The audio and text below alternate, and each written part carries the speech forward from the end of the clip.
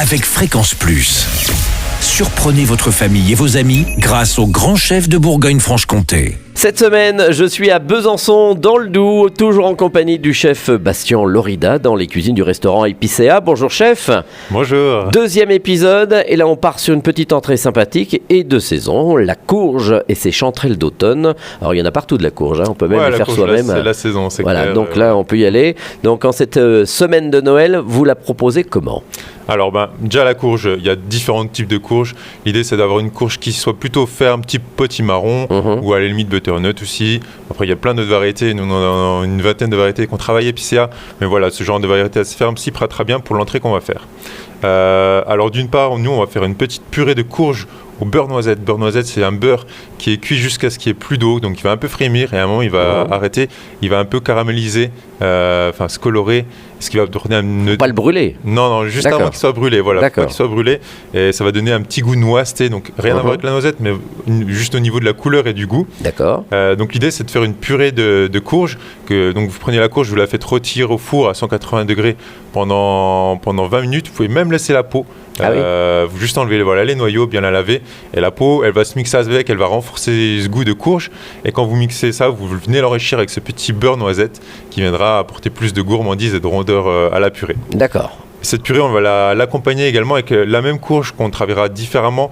Vous allez tailler une petite brunoise, donc c'est des petits dés de courge que là vous allez griller très vite à la minute. Mais l'idée c'est pas qu'ils se ramollissent, c'est de les garder juste cuits, grillés, bien fermes. Donc vous pouvez juste griller ça dans une huile de cuisson. Juste très vite grillé, fleur de sel, et vous venez dresser ça sur la petite purée de courge. Nous on rajoute également des petites graines de courge toastées, comme ça c'est dans le petit côté croustillant, ça la texture, sous la dent. voilà c'est ça, les jeux de texture, puis un peu le côté toasté. Donc ça vous pouvez les griller soit au four, pareil à 150 pendant 20 minutes, ou juste à la poêle, c'est même plus simple, à la poêle, griller on le voit tout de suite un peu, voilà, ça se voit bien.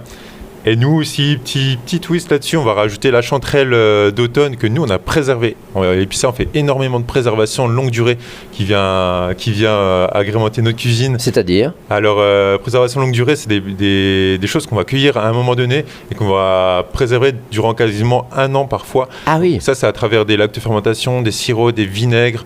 Et là, du coup, la chanterelle d'automne, on l'a cueillie il y a 1 mois et demi. Il y avait une super poussée de chanterelle. Ah oui, il y en a eu cette année. Il y en a eu plein de champignons. On a eu tellement de champignons qu'on ne savait pas quoi forcément faire sur le coup. Du coup, on a décidé de les préserver, et là sous forme de pickles. Alors pickles, c'est travailler un peu au vinaigre avec du sucre et de l'eau. Donc là, on est sur un ratio de une quantité de sucre pour 2 quantités de vinaigre pour 3 quantités d'eau. Donc vous réunissez tout ça ensemble, vous le faites bouillir et vous versez à chaud sur les chanterelles. Et là du coup elles vont s'imprégner de ce côté un peu vinaigré, ça va légèrement les cuire mais tout le temps en gardant un peu ferme, et vous les laissez refroidir à température ambiante, et ça vous pouvez le conserver durant plus d'1 an. C'est très anglo-saxon ça. Ouais, c'est vrai qu'ils faisaient un peu des pickles avec les cornichons un peu. Et là, on les ressort quand on veut. Voilà, vous les ressortez, là, vous avez juste à les sortir, vous les égouttez un peu et vous les dressez dessus. Vous pouvez mettre même un peu le jus de pickles autour de votre entrée. Ça va redonner un petit goût champignon, un peu suave aussi, qui va être vraiment sympa. Et puis pourquoi pas mettre quelques pousses aromatiques sur le dessus pour une petite touche de verdure et de fraîcheur. Eh ben, très bien, très original. Merci chef, merci Bastien Lorida ici à Besançon dans les cuisines du restaurant Épicéa. Vous le savez, vous aussi, vous pouvez gagner cette semaine un menu pour 2 personnes dans ce restaurant Épicéa. Vous envoyez papille par SMS dès maintenant au 7 14 15. Papille au 7 14 15. Bonne chance à tous. Prochain épisode, là on partira sur des choux de Bruxelles et son lard fumé. Et d'ici là, chouchoutez vos papilles. Chaque semaine, découvrez les meilleures recettes des grands chefs de Bourgogne-Franche-Comté. Du lundi au vendredi, à 5h30, 11h30 et 19h30, chouchoutez vos papilles. Fréquence Plus.